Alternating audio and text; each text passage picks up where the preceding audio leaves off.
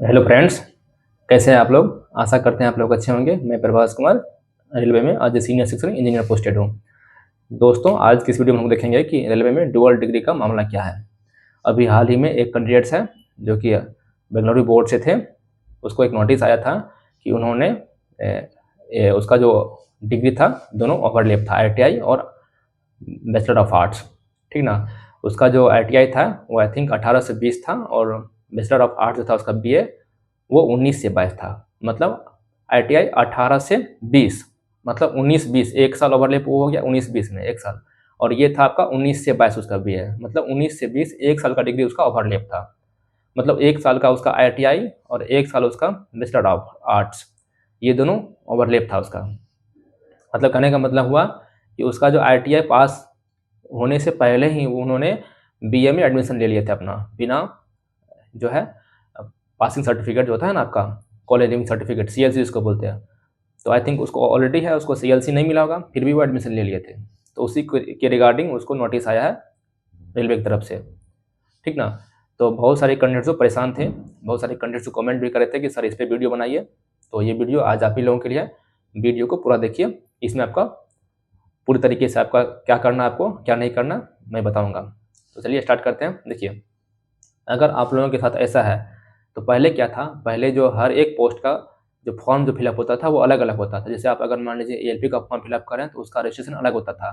अगर मान लीजिए आप NTPC किसी पोस्ट के लिए फॉर्म फिलअप करें तो उसका रजिस्ट्रेशन अलग होता था।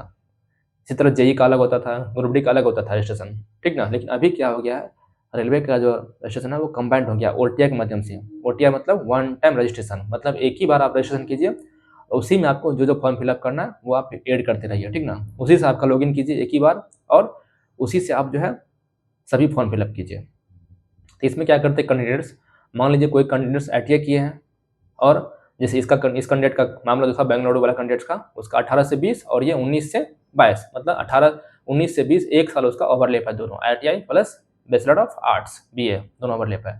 तो कैंडिडेट्स क्या करते हैं, जो फॉर्म फिलअप किए होंगे तो उन्होंने ITI से भी फॉर्म फिलअप किए होंगे, और LP के ALP पोस्ट के लिए ALP प्लस टेक्नीशियन, और ग्रेजुएशन से BA से भी फॉर्म फिलअप किए होंगे वो NTPC के लिए। दोनों का रजिस्ट्रेशन तो सेम ही है, एक ही रजिस्ट्रेशन से एक ही OTR से आप दोनों फॉर्म फिलअप किए होंगे। रेलवे के पास दोनों डिटेल चले गया, आपका पासिंग ईयर ITI का और आपका पासिंग ईयर NTPC के लिए BA का, जो ग्रेजुएशन का आपका पासिंग ईयर दोनों का चले गया उसके पास।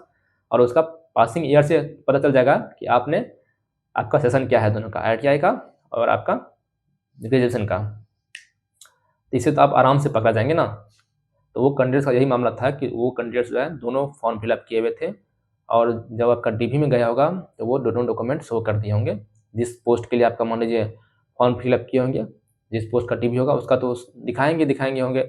मे भी हो सकता है वो BA का भी डिग्री दे दे, अगर मान लीजिए उसका ALP का DV हो रहा होगा तो BA का भी डिग्री वहाँ शो किया कर दिया होगा। ठीक ना। ये मामला होगा उस कैंडिडेट्स का।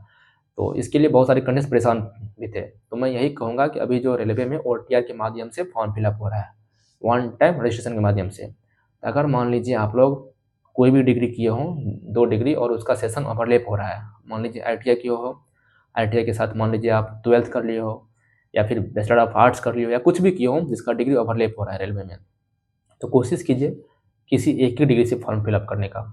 ठीक ना। कोशिश कीजिए किसी एक ही डिग्री से फॉर्म फिलअप करने का, क्योंकि अगर आप दोनों डिग्री से फॉर्म फिलअप कीजिएगा तो रेलवे के पास आपका रजिस्ट्रेशन नंबर से, मतलब आप जो फॉर्म फिलअप किए हैं, क्योंकि अभी OTR के माध्यम से आपका पूरा का पूरा डिटेल निकल जाएगा। ठीक ना। एक ही रजिस्ट्रेशन से आप सभी फॉर्म आपका फिलअप होगा अभी के टाइम में।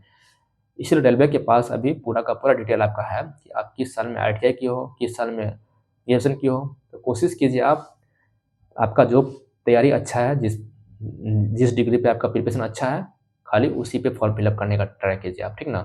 अगर आपका डिग्री ओवरलैप है तो कोशिश कीजिए किसी एक डिग्री से ही फॉर्म फिलअप करें, दूसरा डिग्री से फॉर्म फिलअप ना करें। अगर मान लीजिए आपका ITI से प्रिपरेशन अच्छा है तो आप ALP और टेक्नीशियन का ही फॉर्म फिलअप करें, और अगर मान लीजिए आपका NTPC का प्रिपरेशन अच्छा है तो कोशिश कीजिए आप NTPC के लिए ही फॉर्म फिलअप करें। ठीक ना। दोनों एक साथ ना भरें, दोनों का फॉर्म एक साथ ना भरें, क्योंकि अगर आप दोनों का फॉर्म एक साथ भरिएगा तो रेलवे के पास पूरा का पूरा इन्फॉर्मेशन आपका चले जाएगा उसके पास, क्योंकि OTR के माध्यम से पूरा का पूरा डिटेल उसके पास रहता है। ठीक ना। दूसरी बात एक और है, डिजी लॉकर का भी मामला।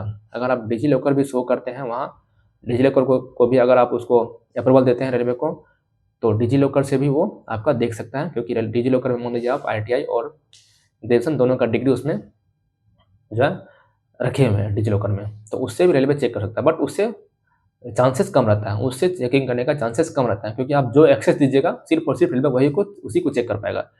जितना डॉक्यूमेंट्स को आप रेलवे को एक्सेस दीजिएगा सिर्फ और सिर्फ वही चेक कर पाएगा, ठीक ना। लेकिन ये ध्यान रखिए कि OTR के माध्यम से जो फॉर्म भर रहे हैं वन टाइम रजिस्ट्रेशन, उसमें कोशिश कीजिए कि जिस पोस्ट का प्रिपरेशन आपका अच्छा है सिर्फ और सिर्फ उसी डिग्री से फॉर्म फिलअप करें, दोनों डिग्री से फॉर्म फिलअप ना करें। यही एक ऑप्शन है अगर जो कैंडिडेट्स डुअल डिग्री ले लिए हैं यानी उसका डिग्री ओवरलैप है तो, ठीक ना। तो आप लोगों को वीडियो कैसा लगा? अगर वीडियो अच्छा लगा तो कमेंट कीजिए, ठीक ना, लाइक कीजिए और अपने दोस्तों के साथ शेयर कीजिए वीडियो को। और आपके पास मान लीजिए कुछ डाउट रह गया है तो आप कमेंट के माध्यम से आप जो आपका डाउट है वो पूछ सकते हैं, मैं आपको प्रॉपर रिप्लाई दूंगा। चलिए तब तक के लिए बाय।